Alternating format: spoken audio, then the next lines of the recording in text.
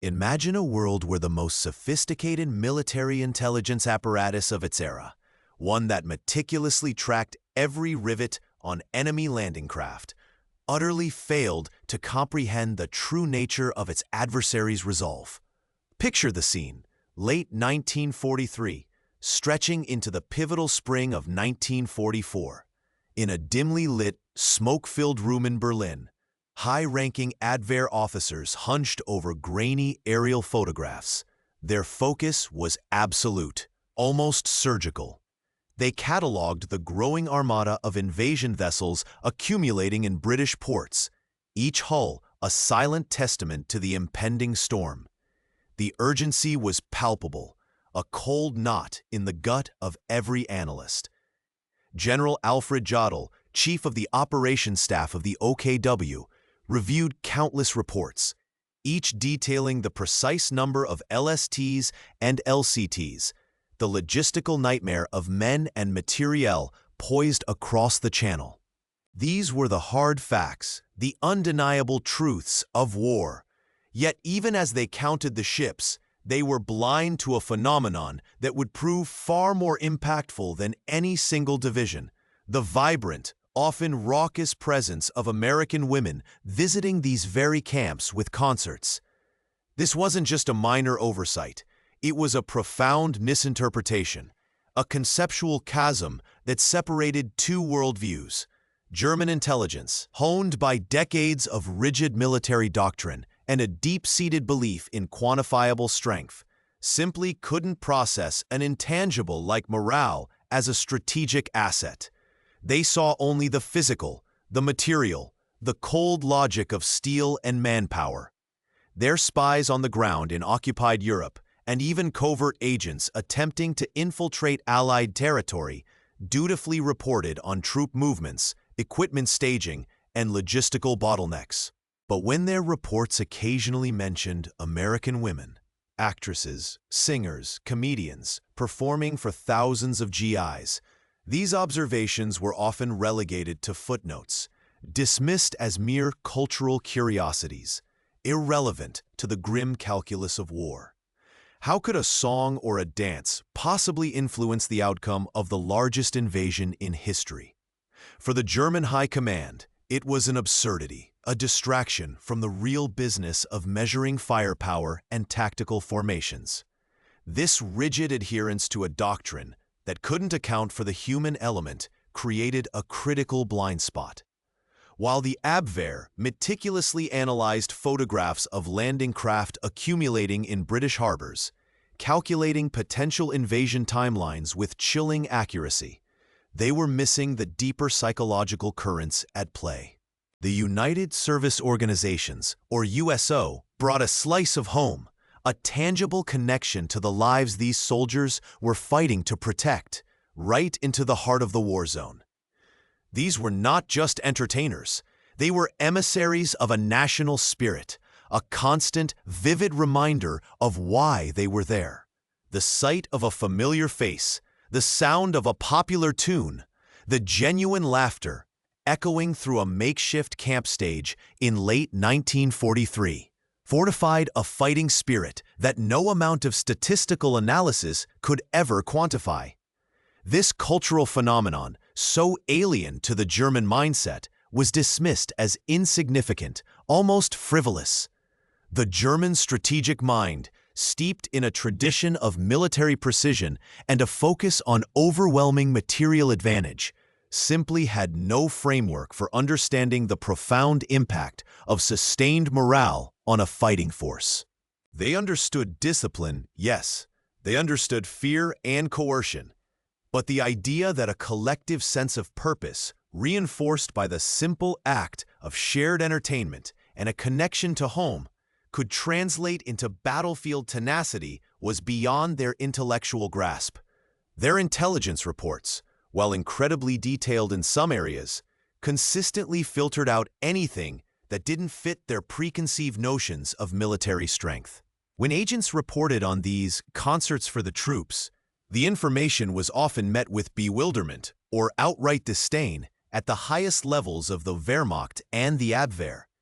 They believed it to be a sign of American softness, a frivolous indulgence, rather than a powerful strategic tool. If you were in their shoes, seeing only the logistical pieces, would you have looked deeper?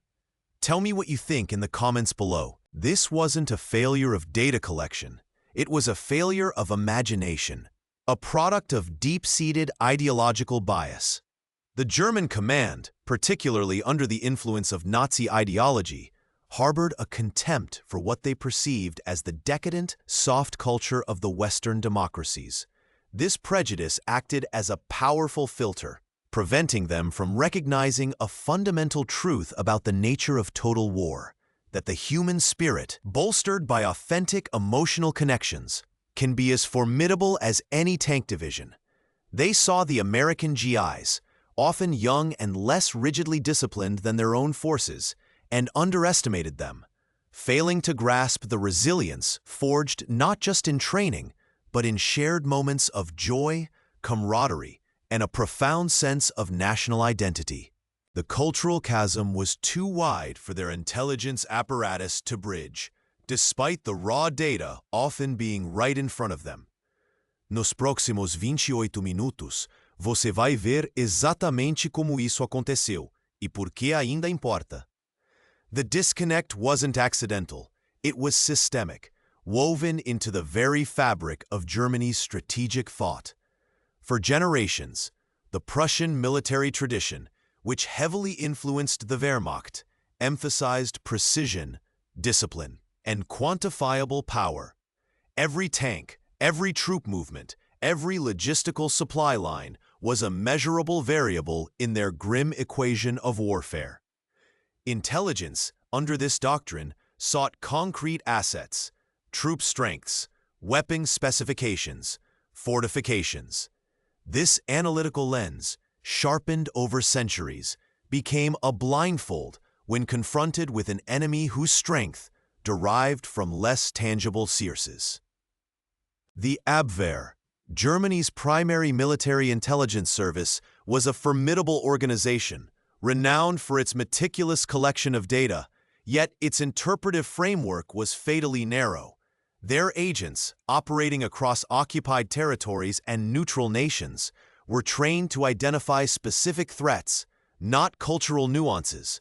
Consider the reports filtering back to Berlin in early 1944. An agent in Lisbon might intercept a coded message mentioning entertainment troops heading for British ports. Another spy, observing troop concentrations near Southampton, might note the unusual presence of civilians, specifically women, among the soldiers, often gathered around makeshift stages. These observations, when compiled, would land on the desks of analysts like Colonel Georg Hansen, head of Abwehr II, responsible for sabotage and special operations. Hansen and his team focused on the gargantuan task of predicting Allied invasion routes and timings, would likely categorize such information under morale activities, a low priority, almost irrelevant detail in the grand scheme of strategic assessment. They were searching for vulnerabilities in material terms, not psychological ones. Their worldview simply did not allow for the possibility that a concert could be a strategic asset, let alone a critical one. This wasn't merely a cultural blind spot. It was an ideological one, deeply exacerbated by Nazi propaganda. The regime constantly painted the Western democracies, particularly the United States, as decadent, soft, and lacking the spiritual fortitude of the German nation.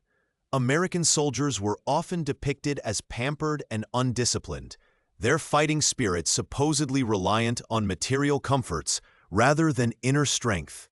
So when intelligence reports described American women performing for troops, it didn't trigger alarm. It confirmed a preconceived bias.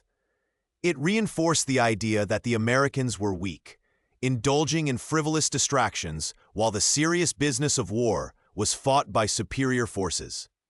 This intellectual arrogance, a form of confirmation bias on a national scale, prevented them from asking the crucial question: what if these frivolous distractions were actually forging an unbreakable will to fight?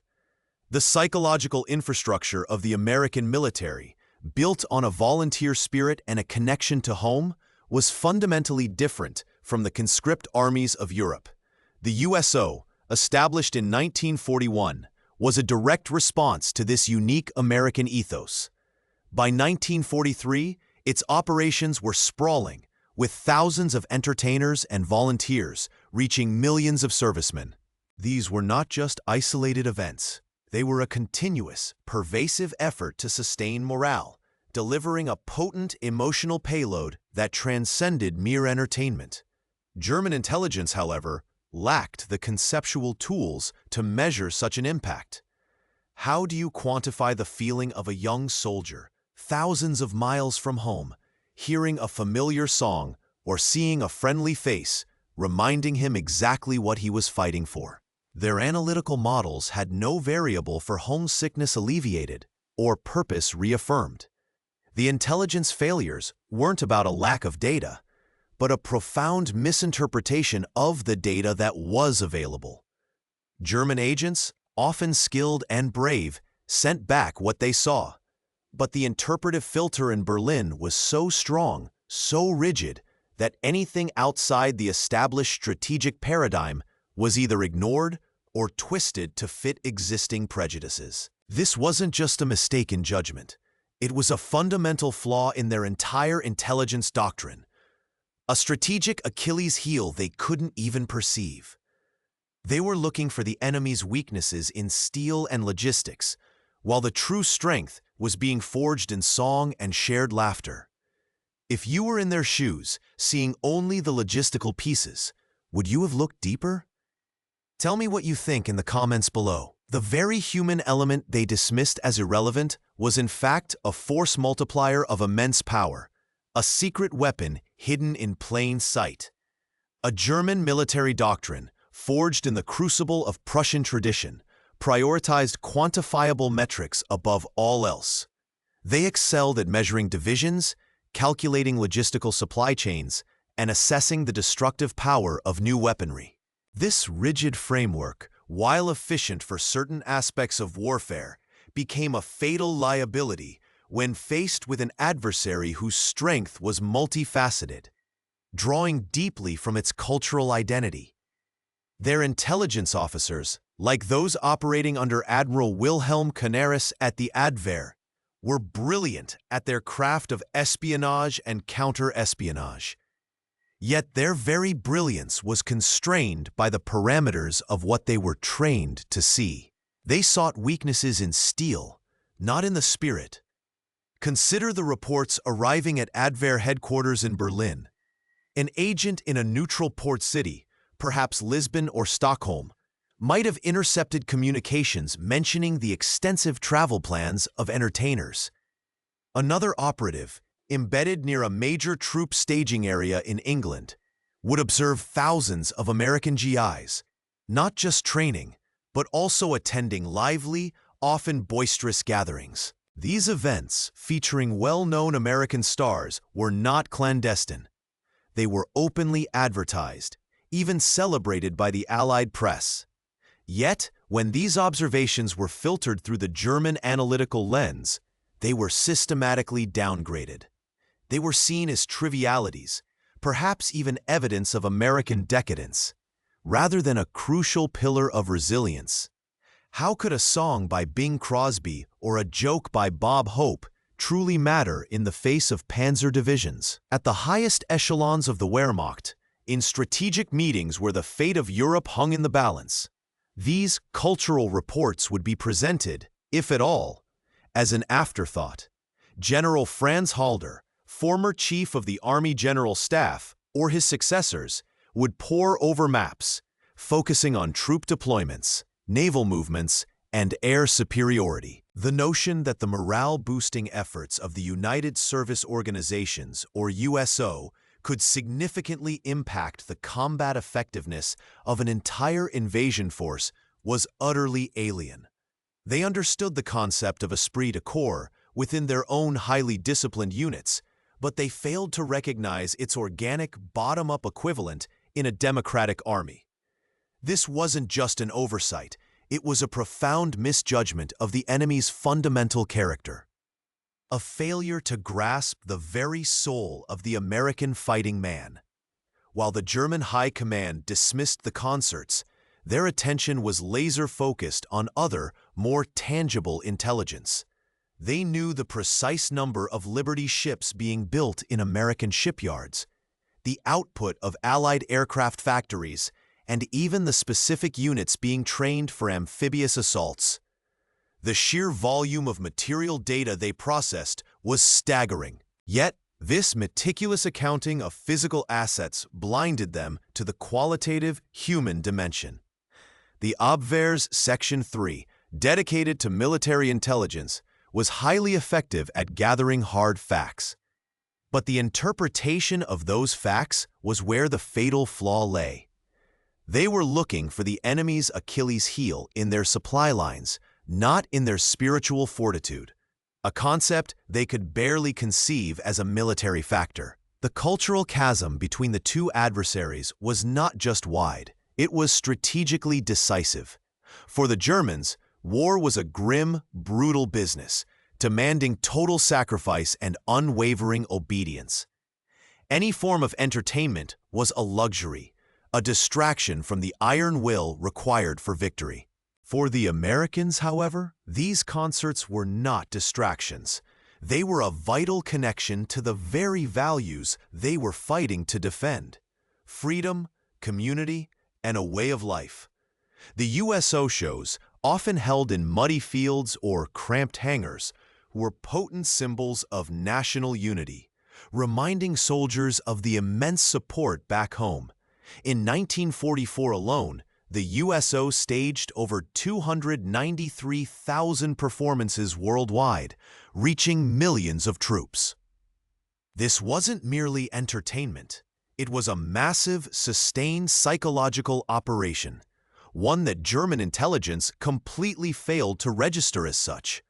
They meticulously cataloged every ship, every gun, every plane. They believed they had a complete picture of the Allied threat. But what if the true threat, the true strength, lay in something they couldn't count, something they deliberately ignored? What if the very things they scoffed at were the unbreakable bonds that would ultimately turn the tide? The answer, devastatingly for the German High Command, was yes. The very elements they dismissed as trivial, the songs, the laughter, the familiar faces of American women, were, in fact, an engine of resilience, an invisible force multiplier that transformed ordinary soldiers into an extraordinarily tenacious fighting force. This was not a minor detail to be relegated to footnotes. It was the strategic heart of the Allied war effort, pumping lifeblood into millions of fighting men, an advantage the Germans simply could not perceive, let alone counter. Imagine a vast, intricate war machine, powered not just by steel and fuel, but by an unseen current of human spirit. The Germans saw only the visible components: the tanks, the ships, the troop numbers. They meticulously analyzed the schematics of battle, the logistics of supply, the quantifiable metrics of destruction. But they utterly missed the psychological wiring, the cultural capacitors that stored and discharged immense emotional energy. The USO wasn't just entertainment. It was a continuous psychological infusion, a profound act of national solidarity. It was the constant, unwavering hum of home, a tangible reminder of why millions of GIs were willing to face unimaginable horrors day after brutal day. By 1944, as the invasion preparations reached a fever pitch across England, the USO's reach was staggering. With over 293,000 performances globally, these weren't isolated events. They were a pervasive, almost daily presence in the lives of American servicemen, from remote outposts in the Pacific to crowded staging areas. This wasn't merely a distraction from the horrors of war. It was a powerful antidote to them. It inoculated soldiers against the creeping despair of homesickness, the corrosive effects of monotony, and the dehumanizing grind of combat. When a soldier saw Bob Hope or Martha Ray, it wasn't just a celebrity on a stage. It was a living, breathing connection to the world he was fighting to return to. It was a reaffirmation of purpose, a renewal of spirit that translated directly into sustained morale and, crucially, combat effectiveness, even under the most harrowing conditions. The German military, for all its vaunted discipline, often relied on fear, coercion, and rigid ideological indoctrination to maintain morale. Their soldiers fought with a grim determination, driven by duty and the threat of severe punishment, a stark contrast to the American model. But the American soldier, supported by the USO, fought with a different kind of fire, a deep-seated connection to home, family, and the values he embodied. This wasn't a superficial difference. It was a fundamental divergence in psychological warfare, a contrast between external compulsion and internal conviction. The Germans underestimated this difference, seeing the outward joviality of American troops as weakness, when it was, in fact, a symptom of an inner strength they simply couldn't comprehend or replicate through their own doctrines. Their meticulous analysis of Allied material strength became almost irrelevant when confronted with a human element they refused to acknowledge.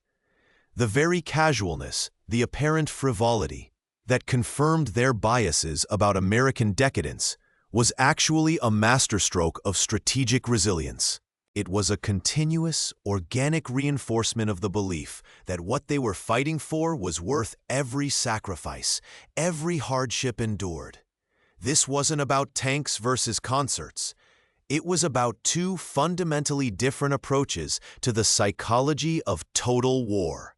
And one side had a profound blind spot for the most potent weapon of all, the human heart, bolstered by the unwavering support of a nation. Hold on to that detail for a moment, because it completely redefines everything that comes next. The redefinition was stark, a chasm separating two strategic realities.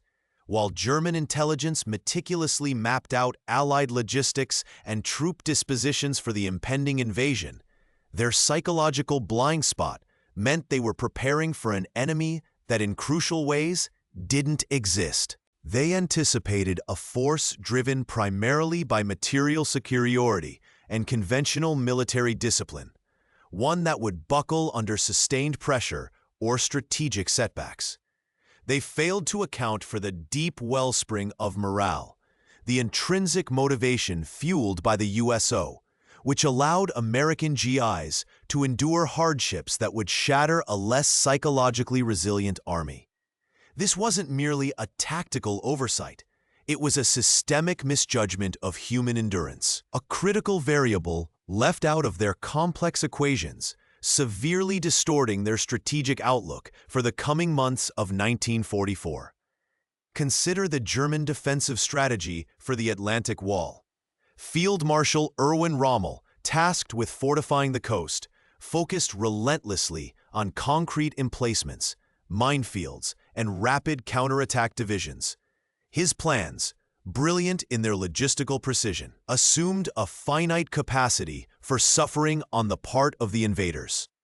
He believed that if the initial landings could be repelled with sufficient force, the Allied will to continue would falter. But the morale sustained by the USO tours meant that American soldiers, even when facing devastating losses on beaches like Omaha, possessed an inner tenacity that Rommel's calculus simply couldn't comprehend. They weren't fighting just for orders. They were fighting for the memory of home, for the future represented by those very concerts. This profound difference meant Rommel was fighting a ghost, an enemy whose true strength was invisible to his analytical framework, leading to a critical underestimation of Allied resilience. This cognitive dissonance had real-world implications, impacting everything from intelligence assessments to troop deployment. Reports from agents detailing the buoyant atmosphere in Allied camps, the sheer volume of entertainment events, and the visible uplift in soldier spirits were consistently downplayed or outright dismissed. General Walter Warlimont, deputy chief of the operations staff of the Wehrmacht, often received intelligence summaries that highlighted Allied material strength, but minimized these softer aspects. For him and his peers, such information was anecdotal, lacking the quantifiable rigor demanded by their strategic doctrine. They saw it as proof of American softness rather than a profound source of resilience.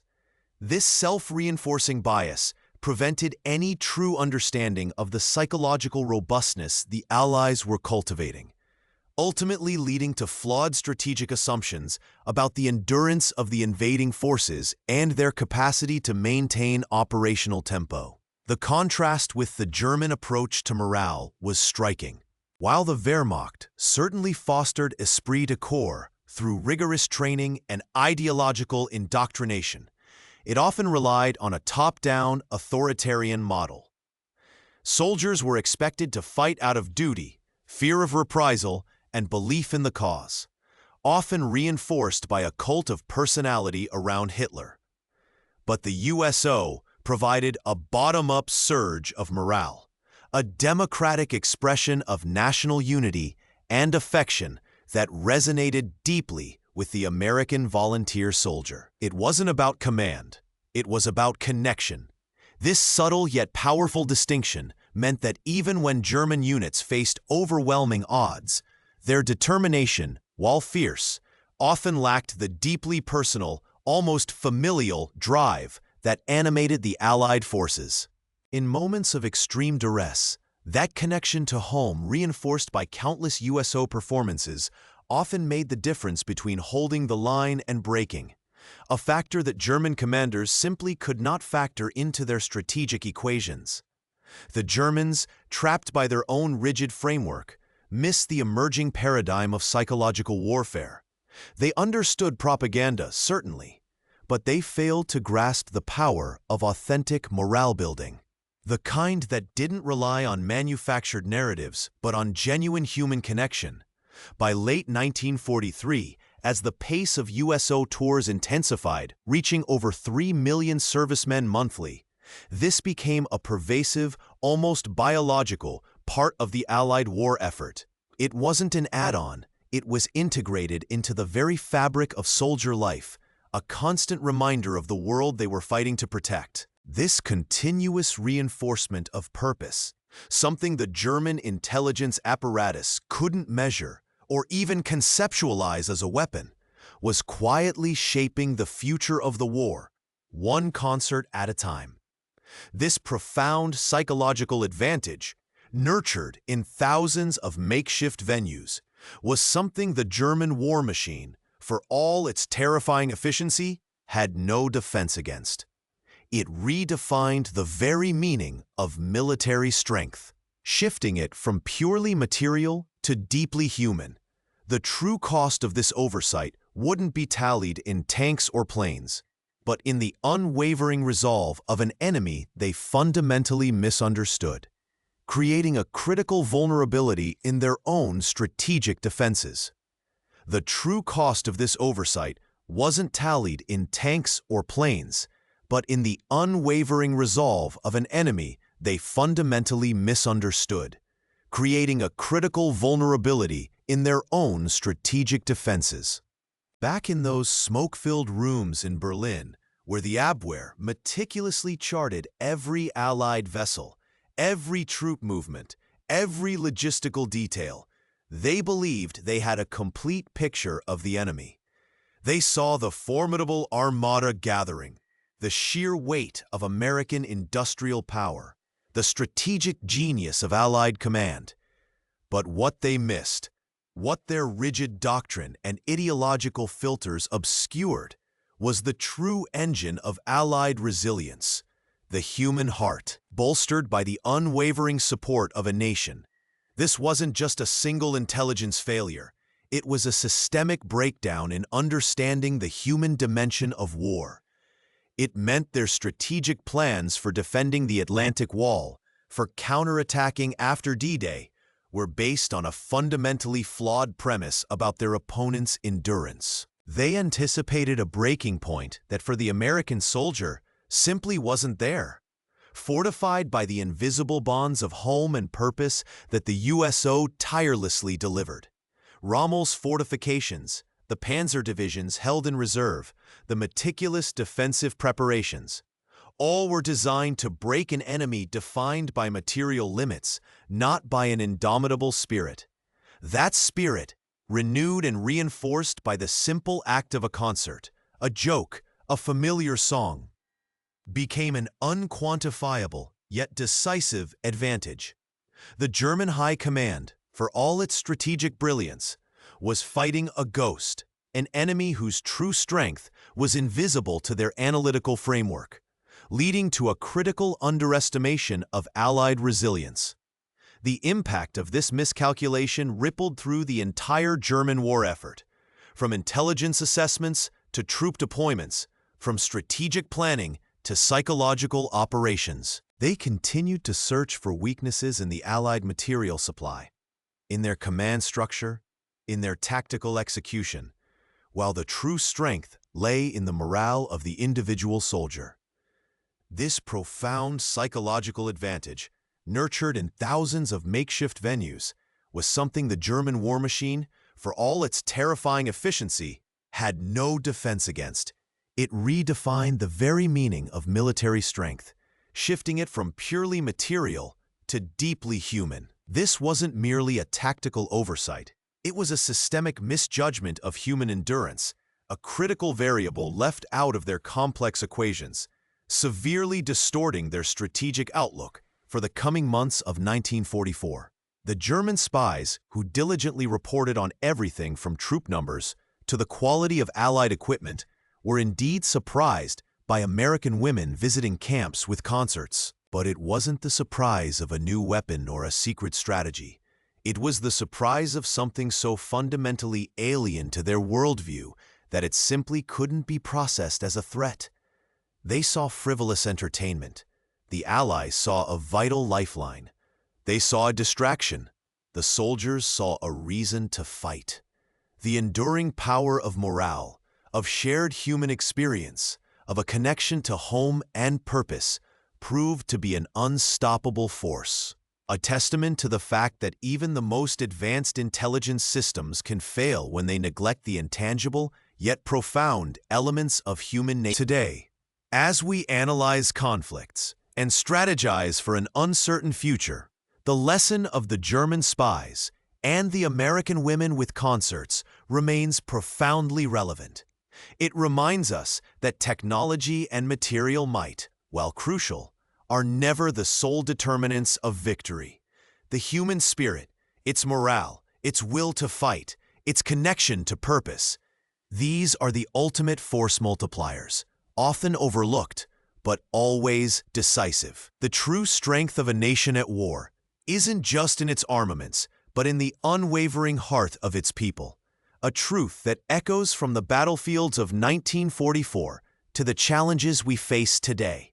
If this deep dive opened a new window for you, subscribe now so you don't miss the next chapter. Leave a like to let me know this path is worth continuing, and tell me which part truly shifted your perspective.